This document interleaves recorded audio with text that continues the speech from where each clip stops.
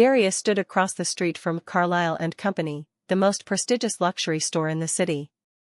Its tall glass windows gleamed under the morning sun, displaying gold-trimmed handbags and diamond necklaces that seemed to have their own spotlight. Most people would walk in wearing their best clothes. Darius, however, wore a faded hoodie, a pair of worn jeans, and sneakers with scuffed edges. It wasn't because he couldn't afford better.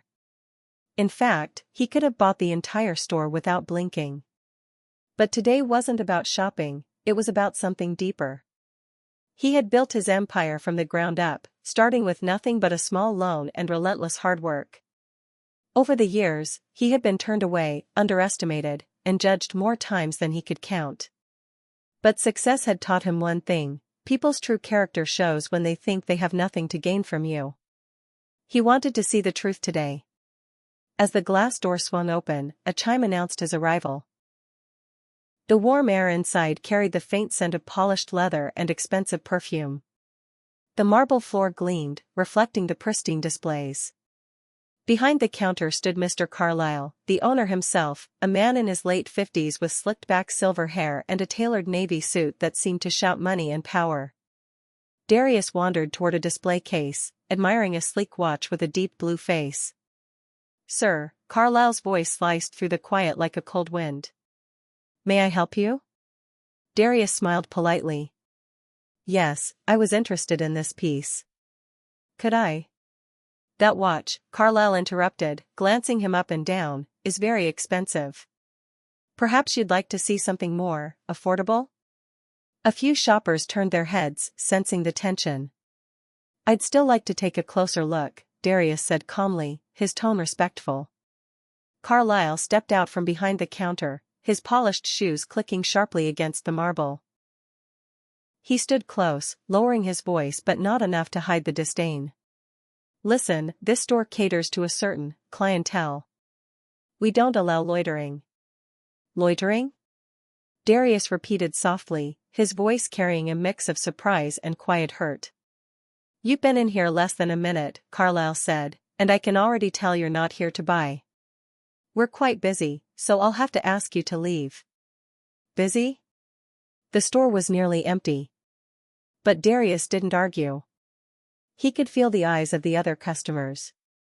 Some looked away, pretending not to notice. Others seemed to agree silently with Carlyle's judgment. For a moment, Darius considered telling him the truth: who he was, what he owned, how much he could buy. But instead, he simply nodded, letting a small, almost invisible smile tug at the corner of his lips. "Of course," he said quietly, and turned toward the door. As the chime rang behind him, the cold air outside felt strangely warmer than the reception he had just received. Tomorrow, Darius thought, would be a different day. The next morning, Carlyle and Company was buzzing with its usual quiet luxury. The marble floor had been polished again, the scent of imported jasmine candles floated through the air, and a soft classical piano melody played from hidden speakers. The store had its regulars, wealthy clients browsing handbags worth more than most people's yearly salaries. Mr. Carlyle stood behind the counter, reviewing sales reports. His mind was already preoccupied with an upcoming private sale for select clientele only. Yesterday's incident with the man in the hoodie didn't even register anymore. It was just another day, another undesirable sent away. But that would soon change. Out on the street, a sleek black Rolls-Royce Phantom glided to a stop in front of the store. The driver stepped out first, opening the rear door. A tall man emerged, dressed in a charcoal gray tailored suit that seemed to have been sculpted for him. His shoes were polished to a mirror shine, his wrist adorned with a platinum watch that caught the morning sun. It was Darius. The same man from yesterday. But today, the hoodie and worn sneakers were gone. He walked with the quiet confidence of someone who owned not just wealth, but influence. Behind him, two assistants followed, each carrying leather-bound portfolios. A photographer lingered near the entrance, snapping photos as if capturing the arrival of a celebrity. Inside, the door chime rang again, but this time, it didn't sound like a nuisance to Carlyle. His eyes lit up with the trained smile of a salesman spotting a big sale. "Welcome to Carlisle and Company, sir," he said warmly, stepping forward. "How may I help you today?" Darius looked around slowly, his gaze pausing at the exact display case where the blue-faced watch had sat the day before. His expression was calm, but his eyes held something deeper, something Carlisle didn't notice yet. "I'm here for that watch," Darius said. "Ah, an excellent choice," Carlisle said, already reaching for the keys to unlock the case. "It's one of our most exclusive pieces. Limited edition. Only a handful exist in the world." "You have excellent taste, sir." Darius glanced at him, a faint, knowing smile forming on his lips. "Funny," he said quietly. "Yesterday, you told me I didn't belong here." Carlisle froze. I beg your pardon?" "I was here yesterday," Darius said evenly. "Same person. Different clothes." Carlisle's face paled. His eyes flickered, recognition dawning too late. Around them, a couple of shoppers pretended not to listen, but their ears strained for every word. Darius leaned forward slightly, his voice calm but firm. "You judged me before you knew me. And that judgment cost you more than you realize." Carlisle's hand trembled slightly as he set the watch back down. "Sir, But Darius straightened, giving him a look that was both powerful and strangely merciful. "You'll understand soon enough." Then, without another word, he turned toward the door. The following afternoon, Carlisle stood behind the counter, still unsettled from the encounter with Darius. He hadn't told his staff, but the moment had been gnawing at him.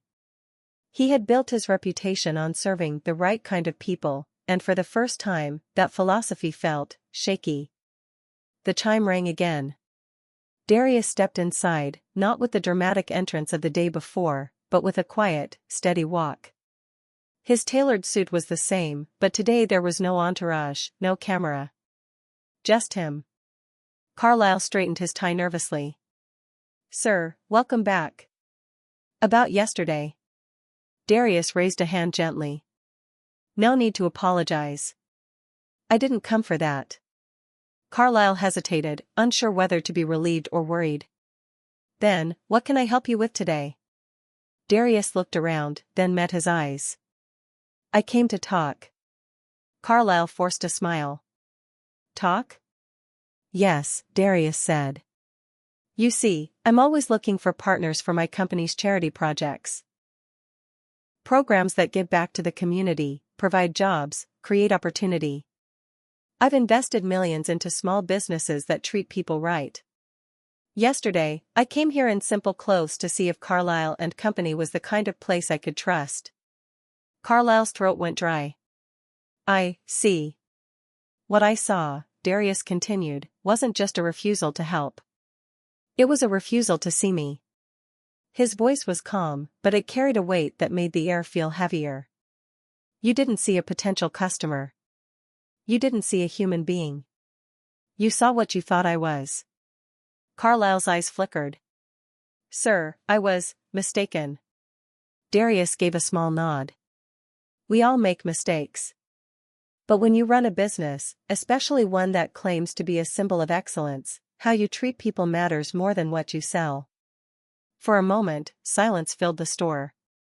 Even the background music seemed quieter. A young sales associate in the corner pretended to tidy a shelf but was clearly listening. Darius took a step closer, his voice softening. "I had planned to bring you into one of the biggest collaborations of the year. We were going to feature a luxury partner in a nationwide campaign, one that would have brought you more prestige than any ad could buy." Carlisle's heart pounded. "And now?" Darius shook his head. "I can't put my name next to a brand that judges before it listens." The words hit harder than Carlisle expected.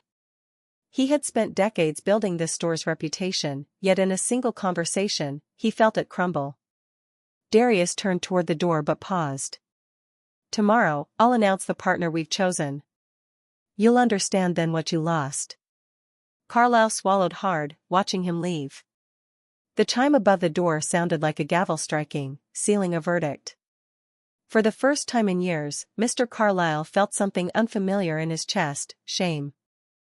The next morning, the front window of Carlyle and Company gleamed as usual, but the air inside was heavy.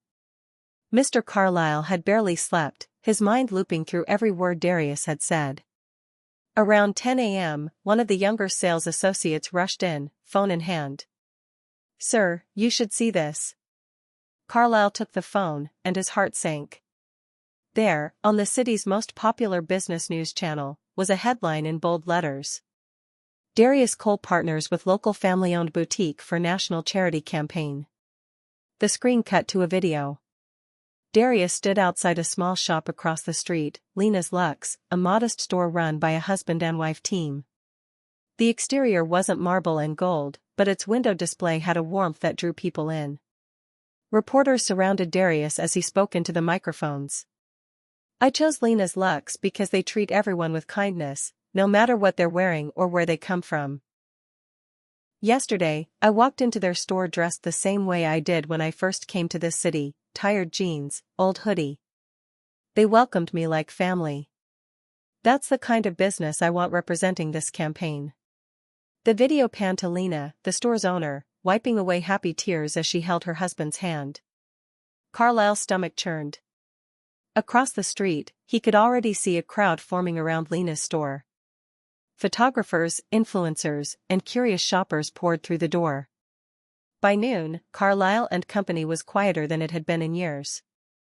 Even his most loyal regulars seemed drawn to the buzz and goodwill radiating from Lena's Luxe. By mid-afternoon, Darius himself crossed the street, not toward Carlyle's door, but toward Lena's. Carlyle watched from his window as Darius shook hands with customers, posed for photos, and even helped carry shopping bags to people's cars. There was no arrogance, no showmanship, just genuine joy. Finally, Darius looked across the street and met Carlyle's eyes through the glass. He didn't smirk. He didn't gloat. Instead, he gave a polite nod, a gesture that somehow stung more than any insult could have. Carlyle stepped back from the window. For the first time in decades, he felt small.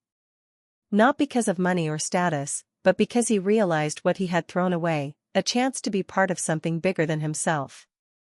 Outside, Darius's voice carried faintly across the street as a reporter asked him for one final comment. "It's not the price tags that make a store valuable, it's the way you treat people," Darius said. "We all have the power to make someone feel seen. That's worth more than gold." The crowd applauded.